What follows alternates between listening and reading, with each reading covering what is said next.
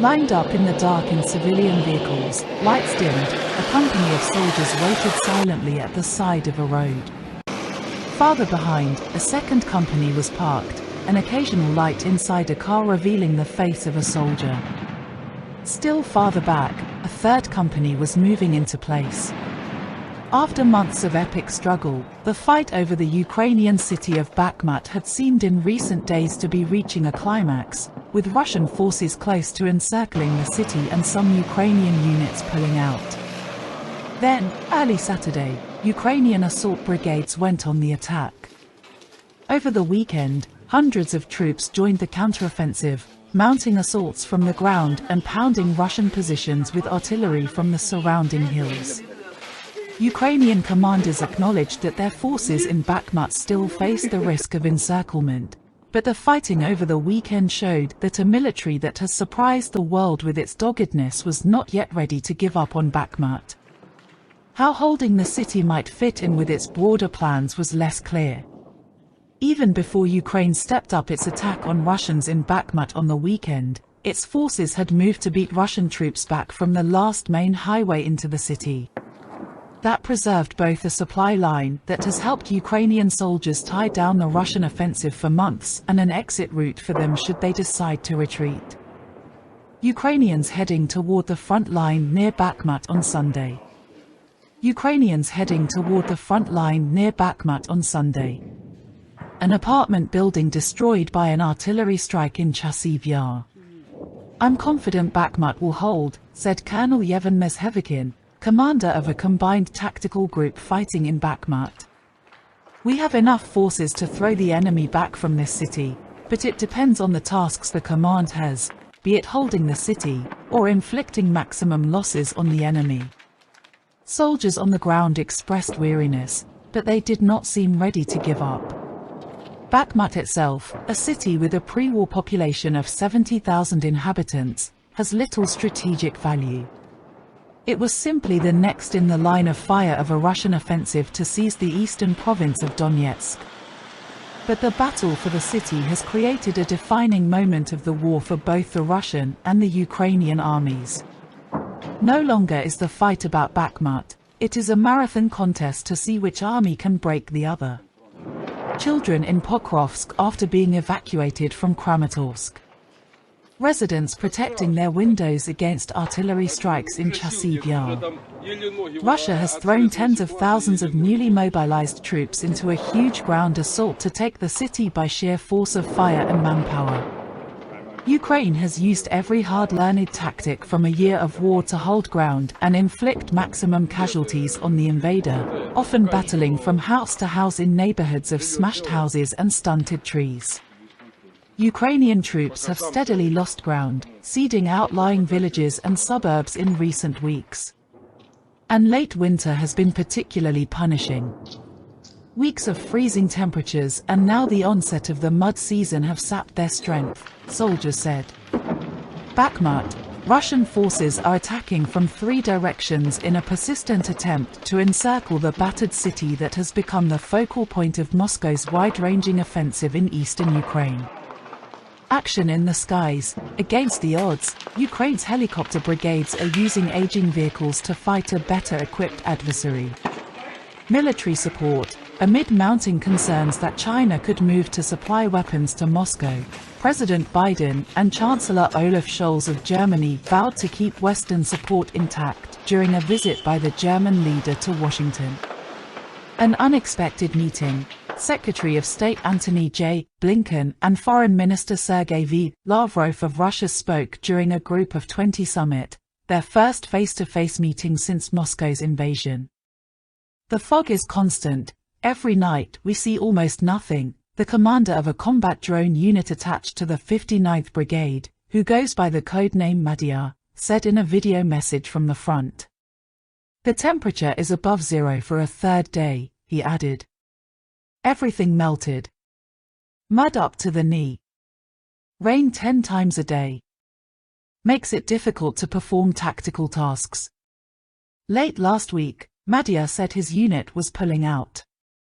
Other units have, as well. It remains unclear if the movements were part of a rotation or of a controlled withdrawal. Unrelenting assault. In one nearby town, Chasiv Yar, the terrifying power of the Russian assault is unmistakable. Shops and homes are boarded up and the streets are deserted save for a few civilians carrying plastic shopping bags. Splitting explosions sounded almost constantly on recent visits as Ukrainian artillery fired on Russian positions in and around Bakhmut and Russian guns returned fire. One woman, Lena, walking home with her shopping on Saturday afternoon, ignored the explosions and barely glanced at unexploded rockets sticking out of the asphalt. "My daughter left, but I stayed," she said. "It's home," she said in explanation. Others are getting out. Early one morning last week, rescue workers from the charity Save Ukraine raced in to evacuate some of the last residents in a particularly exposed neighborhood near the canal. They brought out one couple, Victor, 73, and Ludmila, 67, who had fled their home after the neighbor's house was hit by a shell.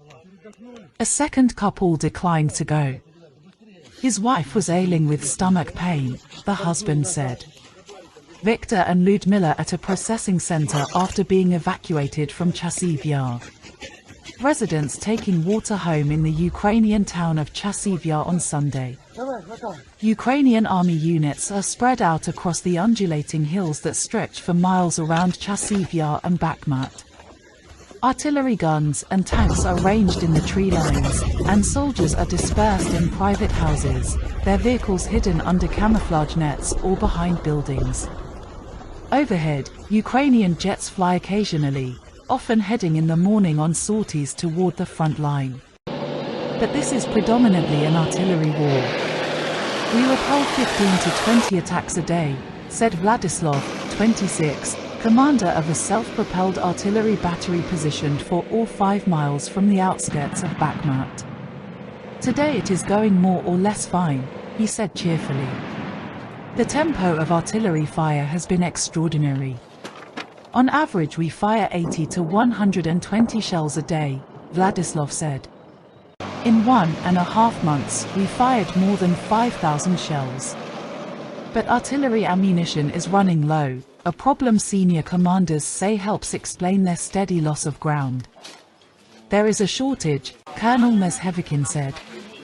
"I would like more people, more vehicles, more ammunition to destroy the enemy on the approaches, and his reserves, so our people would have fewer losses and not have such intense fighting. Units have had to learn to be judicious with their ammunition," said Major Alexander Pancerny, commander of the Ada Assault Battalion, a renowned fighting unit. "It's constant planning, calculation of ammunition consumption. A worthy adversary. Those restrictions have Ukrainian combat units struggling to stem the advances of the Wagner Group, the private military company that has been leading the Russian offensive to take Bakhmut. Wagner has bolstered its numbers with thousands of convicts, but its core professionals have proved able fighters," several Ukrainian commanders who fought them said. "We realized they were a worthy adversary," Major Pancerny said. "They have pretty good combat experience. They have motivated personnel." His battalion was sent to storm Wagner positions at the village of Kodyma, south of Bakhmut. "The enemy would send 20 guys into attack 6 to 7 times a day," said Alexander, a company commander who took part in the assault. He did not give his surname in accordance with military protocol. "Imagine, 20 guys come, we kill them. In 5 minutes, 20 more guys come, we kill them. In an hour, 20 more. They don't care about men." A Ukrainian position damaged by a Russian strike near Bakhmut on Friday. Members of a Ukrainian drone unit near Bakhmut on Sunday. Then after 3 weeks, the Russians surprised the battalions with a flanking movement, breaking through a weaker unit from the side. The Ada battalion was forced to retreat. A commander from another battalion, Dnipro 1, which spent months pitted against Wagner units, said he found them more agile and enterprising than most Russian army units. The commander, who uses the codename Duke, said Wagner used untrained prisoners in the first line of attack and then, after 1 or 2 hours, as the Ukrainian troops were tiring, sent special forces into the fray, attacking from the flanks. It was very good tactics, Duke said. The kill box. But Ukraine has been able to use Bakhmut as a kill box to grind down the vast numbers of newly mobilized Russian soldiers who were introduced to the battlefield late last year, he said. Even Wagner's forces are said to have been worn down since the summer. We broke their backbone, we killed all their military staff, Major Pancerny said. He said that only a few professional soldiers seemed to be left to direct thousands of convicts who had been recruited to fill the ranks, and that the losses showed they try something, but the results are not the same anymore. Russian troops have, nevertheless, been advancing, thanks to their greater numbers, bolstered by tens of thousands of raw recruits and through sheer brute force. They sometimes demolish whole residential blocks to defeat a single sniper, according to one unit of soldiers. But Russian casualties, especially among Wagner, have been enormous, and the more confident Ukrainian commanders insist that the Russians have little fight left. Russia is attacking on its last legs, said Alexander, the company commander. Ukrainian casualties have been relentless, too, and there is a shortage of volunteers in places on the front lines, Duke said.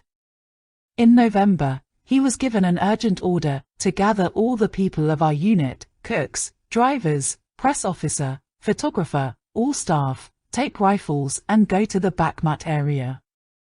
By the end of February, they had rotated out with 50% of the men wounded, he said, some depressed and apathetic.